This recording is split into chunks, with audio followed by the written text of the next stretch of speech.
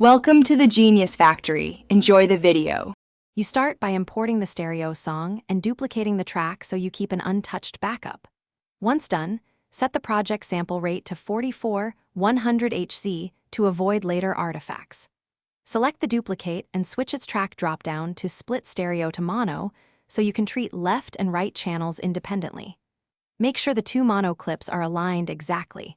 Misalignment ruins phase cancellation. This approach prepares the audio for vocal reduction without altering your original file. Now select only one of the mono tracks and apply Effect Invert. This flips its polarity. Once inverted, play both mono tracks together. Because vocals are often centered, inversion causes the centered vocal to cancel when mixed. After inverting, use the gain sliders to balance left and right energy. If one side is louder, cancellation is incomplete. You can also apply a high-pass or low-pass filter, lightly to reduce residual instruments that interfere with vocal removal. When the cancellation sounds acceptable, choose tracks Mix and Render to combine into one track and listen critically. If vocals persist, use Effect Vocal Reduction and Isolation and select Remove Vocals with a small strength value, then Preview.